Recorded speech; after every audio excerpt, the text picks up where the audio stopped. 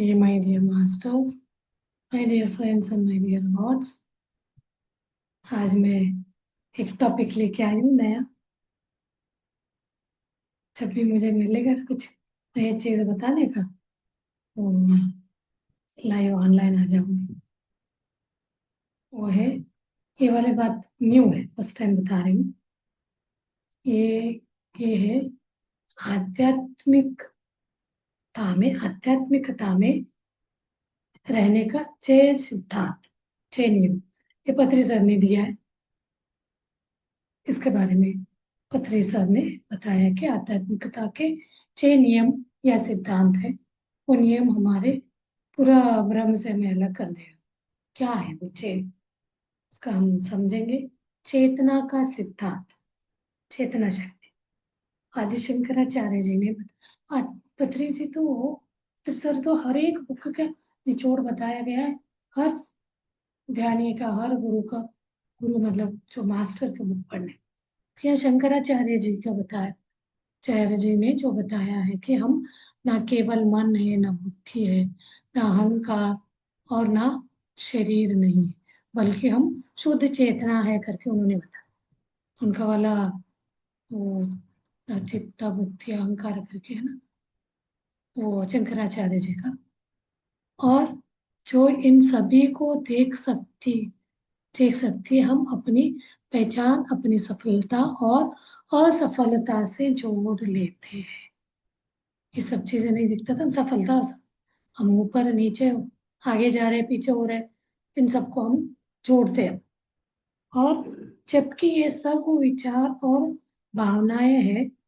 विचार और भावनाएं क्या है? एक तरह का ऊर्जा है, एनर्जी है। और ऊर्जा ना तो बनाई जा सकती है, कोई ऊर्जा को हमें नहीं बनाया जा सकता, और ना ही नष्ट किया जा सकता है। उसे केवल रूपांतरित किया जा सकता है। वो ऊर्जा नेगेटिव है और पॉजिटिव है नहीं, वो तो उसको रूप में बदलाव। अब फिर साइन वेव का फ्रिक्वेंस कम ज्यादा है या ये हो रहा है मेरी, तो उसको हम सही इसमें रूपांतरित किया जा सकता है। यही चेतना का सिद्धांत। उस चैतन्य शक्ति को हम रूपांतर करते हुए हम अपने आप को एक्टिव, उसको समझते हुए जा सकते हैं। हम जैसी ऊर्जा में होते हैं, जिस ऊर्जा में होते हैं, अपने आसपास वैसे ही ऊर्जा फैलाते हैं और ऐसे वातावरण को हम खींचते हैं। जैसे हमारे पास है उस तरह की ऊर्जा हम फैलाते हैं, और वातावरण की ऊर्जा को भी हम अपने भीतर खींचते हैं, ग्रहण करते जाते हैं। जो विचार और भावनाएं हमारे भीतर आता है, अंदर आते हैं, विचार और भावनाएं, उन्हें दृष्टा भाव से देखने पर, यानी साक्षी भाव से देखने पर, हम तुरंत प्रक्रिया करने के स्थान पर जागरूकता जागरूक प्रतिक्रिया दे सकते। प्रतिक्रिया करे बिना उसको हम जागृत रूप में देखेंगे तो हम उससे बाहर आ सकते, अर्थात हम अपनी भावनाओं का नियंत्रण अपने हाथों में ले सकते हैं। उसको समझ के बदलाव करेंगे, जागरूक अवस्था में रहते हुए हम उसको बदलाव, खुद हम उसको रूपांतरित कर सकते हैं। करने के स्थान पर, यानी हम देखने पर एक दृष्टा भाव से, यानी साक्षी भाव से देखने से हम तुरंत प्रतिक्रिया करने के साथ हम जागरूक होते जाते हैं, अर्थात हम अपनी भावनाओं का नियंत्रण अपने हाथों में ले सकते हैं। भावनाओं को कंट्रोल में ले सकते हैं। कंट्रोल नहीं किया जा समझ सकते हैं। आप मन में डर वाला भावना रखे हो, ऊपर नहीं दिखा रहे, तो वो जो अंदर भावना है वही हिसाब से आपका कर्म बनेगा। प्रतिक्रिया और जागरूक प्रतिक्रिया के बीच एक छोटा सा गैप गैप लाना है। गैप है, वही है चेतना का नियम। प्रक्रिया, प्रतिक्रिया और जागरूक जागरूक प्रतिक्रिया और जागरूकता के बीच में एक छोटा सा गैप, उस गैप को ही चेतना का नियम, चैतन्य शक्ति चेंज किया जा सकता। क्या? जो अहंकार में है तो उसको सही में बुद्धि शक्ति मतलब मन बुद्धि अहंकार और शरीर, इन सबको बदल के इन सब से ऊपर परे परे होते होते हम चेतना शक्ति में आ सकते। और जन्म, पुनर्जन्म और आत्मा के विकास का नियम क्या है? अगला 6 सिद्धांत हम सोचे बताएंगे, बत्री जी बोल रहे थे ना, बताया है। उसमें दूसरा है पृथ्वी आत्माओं का विद्यालय है।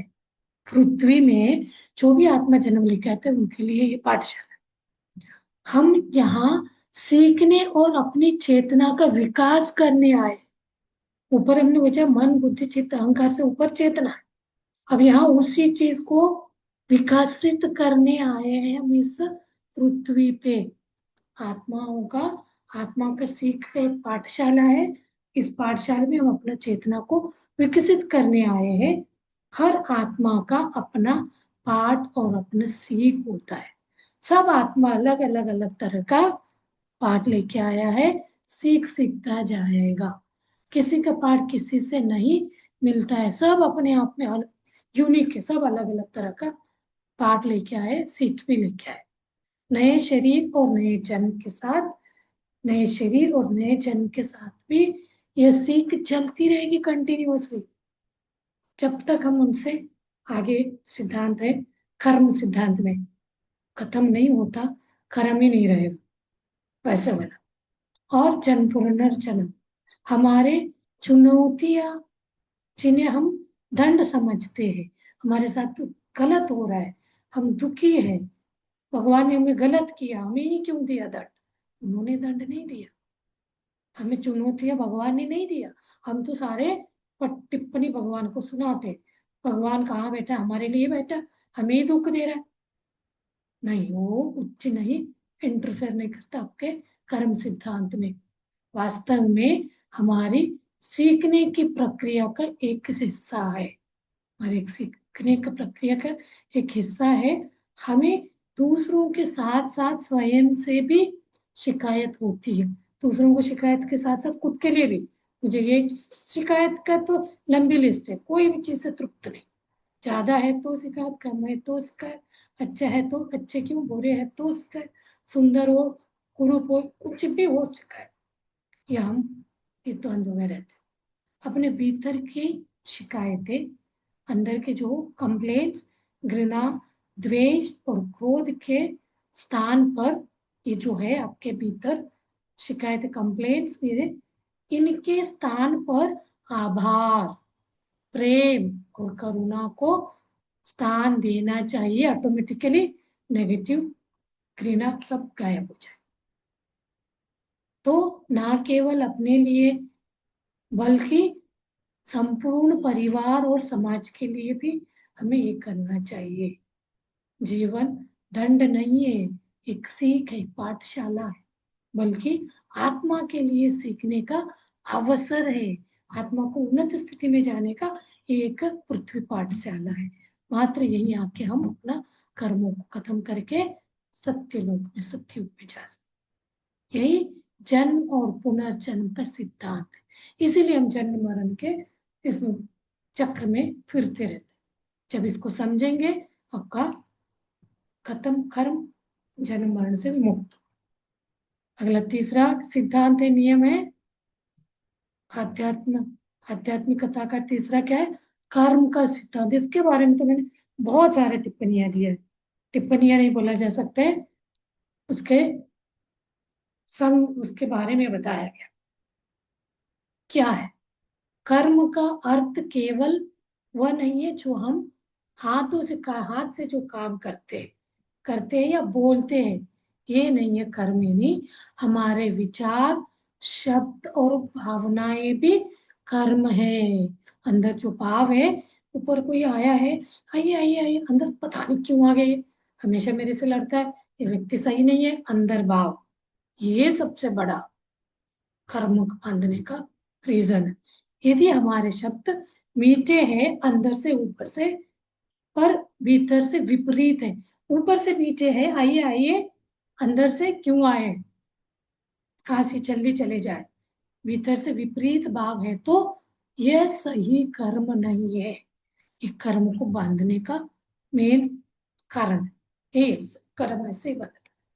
हम अपने मन की भूमि पर हम अपने मन की भूमि पर लगातार बीज बो रहे होते हैं। अपने मन की भूमि पर लगातार बीज बो रहे होते, बीज डाल रहे होते। शिकायत, क्या कैसे तरह का बीज? कंप्लेंट, द्वेष, घृणा और जलन के, ये बीज डालते रहेंगे, बोते रहेंगे मन में, यही उगेगा। बीज जो बोएंगे वही फल देगा। इसके बदले आभार, शांति, प्रेम, करुणा का हम बीज बोएंगे तो क्या होगा? हमारा ये सब बदल जाएगा। ध्यान जहाँ होता है वही पौधे हमारे मन में उग जाते हैं। जिस तरह का हम बीज डालते हैं उस तरह के पौधे उगते हैं। जिस तरह का सोच हम करते, भाव बनाते, उस तरह का फल हमें मिलेगा। जो भी परिस्थिति हो, हमें किसी को दोष नहीं देना चाहिए। कितना भी कठिन से कठिन से परिस्थिति हो, नहीं देना। ये हमारा सीख है, हमारे लिए सिखाने आया। इससे हमें बाहर प्यार से निकलना है, तभी हम उन्नत स्थिति में इवॉल्व होते जाएंगे। हमें जिम्मेदार और जागरूक बनना है। अतीत में जो भी हुआ उसके बजाय अतीत, पास्ट में, वर्तमान में मैं क्या कर रहा हूँ ये सोचना है। इसके प्रति जागरूक रहना। क्या वर्तमान में सोच रहा हूँ, मेरे साथ उन्होंने ऐसे क्यों किया, फलाने फलाने, उनके लिए गलत सोच। मैं वर्तमान में क्या हूँ उसका जागरूक। और लोगों का व्यवहार हमारे नियंत्रण में नहीं है, उनका व्यवहार पर अपनी, हमारी खुद की प्रतिक्रिया हमारे हाथ में। अपनी शांति और शक्ति को अपने भीतर वापस लेना ही हमारा उद्देश्य होना चाहिए। शांति, शक्ति, इन सबको अंदर लेते हुए हमारे सोच को विपरीत दिशा में, सुख से दुख से सुख की दिशा में पानी का बहाव बदलना है। उद्देश्य यानी हमारे वापस शांति और शक्ति को वापस लेना अपना उद्देश्य। हमारा उद्देश्य और भावना ही परिणाम लाती है, और यही कर्म का सिद्धांत है। जो आपका उद्देश्य, भावना है, उद्देश्य और भावनाएं अंदर उठ रहे, वो आपको कर्म बांधेगा। कर्म का सिद्धांत कभी नहीं हमें छोड़ेगा, कहीं पे भी जाके चुप नहीं सकते। और निरंतर प्रगति का नियम, फोर्थ सिद्धांत क्या है? निरंतर प्रगति का सिद्धांत यानी किसका? आत्मा की पूरी यात्रा में, आत्मा की यात्रा में आत्मा कभी पीछे नहीं जाती है। वो अपने आप में है शक्तिशाली। वो कहीं हमारे सोच से कर्म बांध के हम उसको दबा रहे हैं। हमें भगवान देख नहीं रहा, हमें ये कष्ट क्यों है, अंदर ही अपने अंदर पूछा, उसको नहीं समझ। प्रगति कभी तीव्र और कभी धीमे हो सकती है। प्रगति फास्ट, आप आगे बढ़ सकते, कभी धीरे पीछे जा सकते या आगे बढ़ सकते। कोई तेज गति से आगे बढ़ रहा है, कोई फास्ट, कोई धीरे धीरे, और कोई रुका हुआ दिखाई देता है। फिर भी वो अपनी चेतना के स्तर पर कुछ ना कुछ जोड़ रहा होता है। चेतना शक्ति के साथ वो कुछ ना कुछ जोड़ रहा होता है, सीख रहा होता है, समझ रहा है। जोड़ने, चेतना के साथ जुड़ा है। जब हम जागरूक नहीं होते होते तो, हम अवेयर नहीं है, जागरूक नहीं है तो हमारे दर्द और तकलीफें बढ़ जाती। इसलिए ऑलवेज जागरूक रहना, ध्यान हमें यही सिखाता है। ऑलवेज हमें अवेयर रखता है। तुरंत एनालाइज करना, चेंज करना। क्या भाव उठ रहा है, अंदर भावना है क्या, और ये गलत है, चेंज करो, इसका हमें कर्म बंधेगा, इसको हमें ही भोगना पड़ेगा। ये जागरूकता बढ़ेगी। तो क्या है, इसी जागरूकता नहीं है तो हम तकलीफ और दर्द में बढ़ते जाते हैं। और क्या है, जीवन के अनुभवों और दर्द को जागरूकता से देख कर जो ज्ञान हमें मिलता है, उसे जब हम जीवन में उतारते हैं, ध्यान करने से जागरूकता से हम अंतर्मुख होके देख कर अपने भावनाओं को अपने ज्ञान की शक्ति से, ज्ञान के इससे हम अपने जीवन पे उतारते हुए उसको बदल सकते हैं, प्रगति के इसमें हम जा सकते हैं। तो वही हमारा निरंतर प्रगति बन जाता है। यही निरंतर प्रगति का नियम है। और पांचवा क्या है सिद्धांत? विकास को गति देने का नियम। प्रगति का हो गया, विकास को गति, विकसित होने को गति देना, इवाल्व जो हो रहा है उसको स्पीड अप करना है। जैसे हम गाड़ी चलाते हैं तो गियर बढ़ाएंगे तो स्पीड बढ़ता है, वैसे स्पीड अप कैसे करा जा सकता है विकास के लिए? किसी का विकास तीव्र गति से हो रहा है, ये लगता है ना, कोई बहुत तीव्र गति से विकसित हो रहा है, कोई धीमी गति से हो रहा है। हमें केवल समय और परिस्थिति के भरोसे नहीं रहना है। हमें लगता है ना अपना तो ऐसे ही है, समय और परिस्थिति के भरोसे नहीं रहना है। क्या करना है? ध्यान, स्वाध्याय, आत्मावलोकन और जागरूकता के साथ जीवन जीते हुए हमें अपने विकास को तीव्र कर सकते हैं, करते जा सकते हैं। अवेयर होते ही हम तुरंत सोच को चेंज करेंगे तो तीव्रता बढ़ेगा, गति बढ़ेगी, विकसित होने का तीव्रता बढ़ जाए तो फिर आगे तीव्रता विकास बढ़ने का क्या है? जैसे एक विद्यार्थी कक्षा में, कोई क्लास में, वो लेसन टीचर का क्लास सुन रहे हैं, सुनने के बाद घर जाकर उसका अभ्यास करता है। कोई स्टूडेंट सीरियस है, वो आते घर जाते आज स्कूल में क्या हुआ उसको रिकॉल करेगा, अभ्यास करेगा। जबकि दूसरा विद्यार्थी केवल सुनकर उसे छोड़ देता है। उसी प्रकार जब हम जागरूक होकर निरंतर अभ्यास करते हैं और अपने अनुभवों से सीखते हैं तो अपनी आध्यात्मिक प्रगति गति दे सकती है। जो स्टूडेंट बहुत इंटेलिजेंट है उसको पढ़ने का जरूरत नहीं पड़ेगा, तो धीरे से प्रगति कर रहा है उसको पढ़ना पड़ेगा।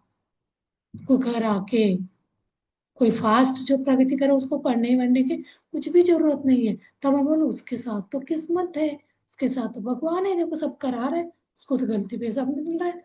अच्छा, लेकिन उसके वो स्टार स्ट्रॉन्ग, ऐसे वाले वो मस्त किस्मत बोला नहीं जा सकता, कर्म को बांध के लाया।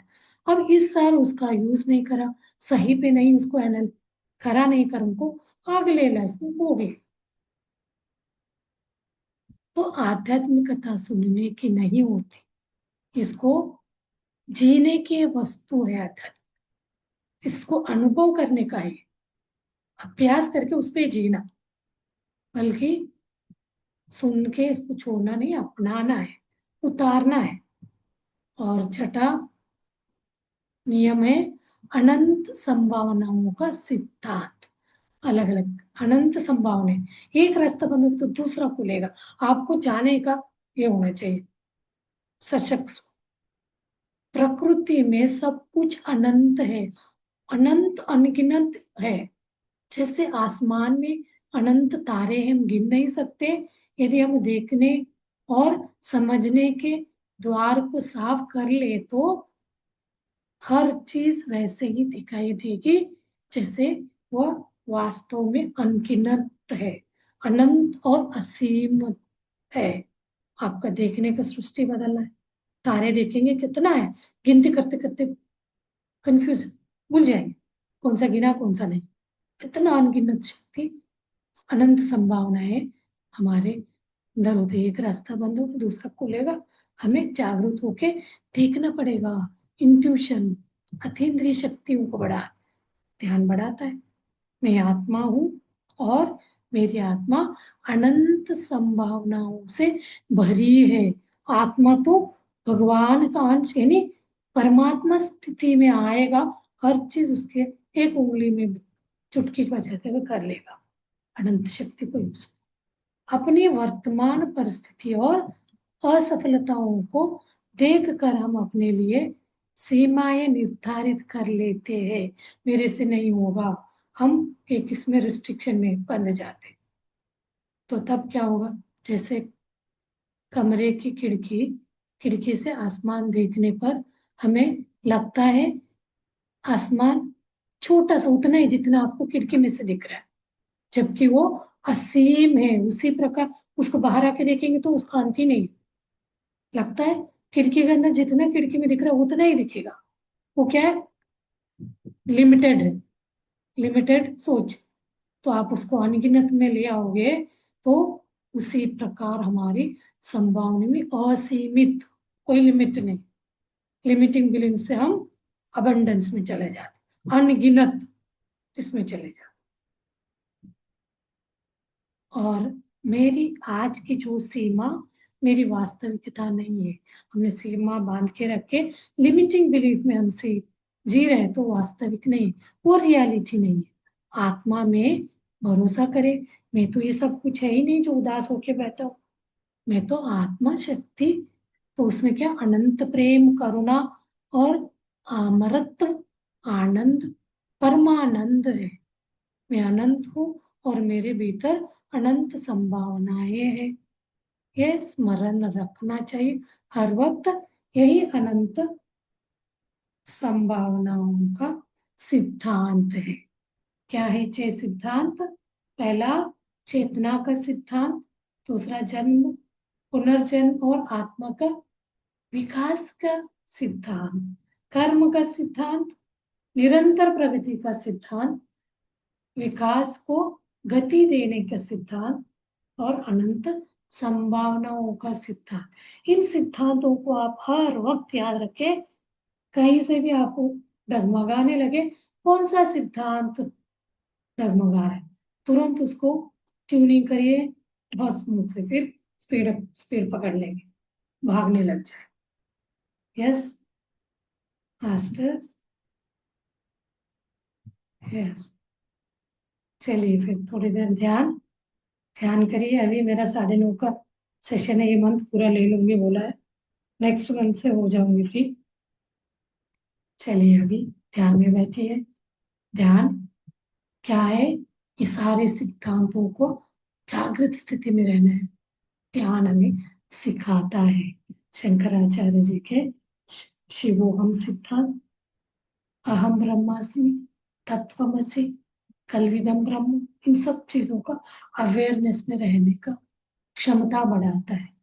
तो कैसे करना है इस ध्यान को? अपने एक कंफर्टेबल सुखासन में बैठते, बहुत देर तक आप आरामदायक स्थिति में बैठ सके ऐसे जगह ले लीजिए। थोड़ा कमरे को अंधकार में, लाइट बंद करके बैठ सकते हैं।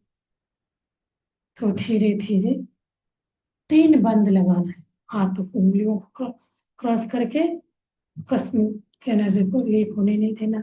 पैरों को क्रॉस करके और नेत्र बंद करके, नेत्र बंद करके 80% ऊर्जा आप अपने शरीर में चला सकते, नहीं तो वो लीक हो जाता।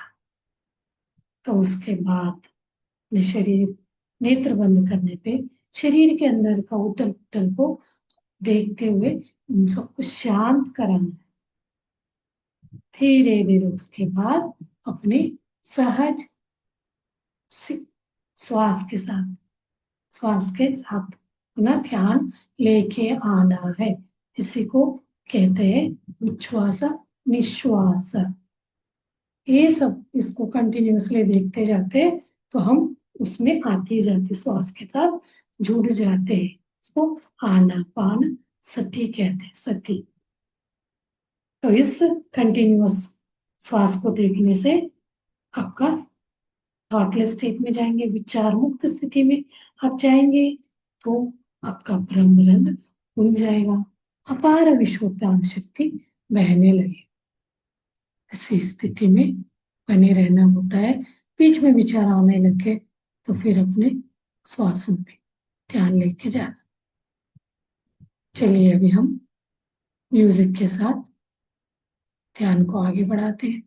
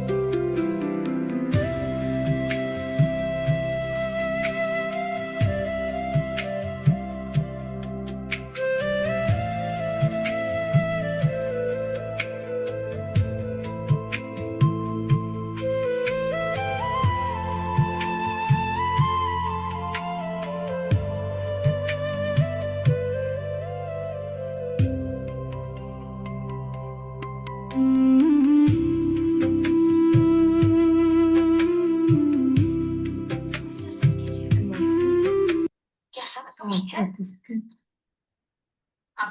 धीरे धीरे अपने शरीर के प्रज्ञा में आइए, एक एक अंग को महसूस करते चलिए।